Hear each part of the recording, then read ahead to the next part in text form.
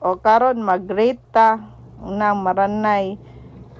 Kabalo naman siguro mo sa ingredients ng maranay o sa akong paghimuan na ang sagol-sagol na nimo kanang gamay ng isda tapos kuan ngay kanang itlog, flour, kanang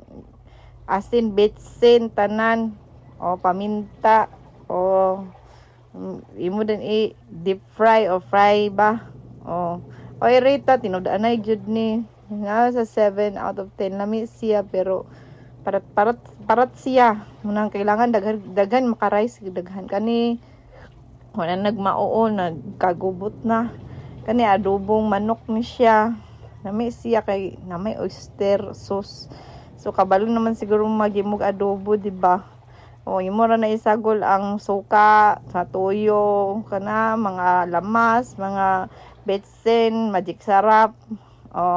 sa pa ba kana mga anang onion maana mga tanan garlic tanan gusto pa nimo kanang anang kuan dahon bitaw sibuyas dahonan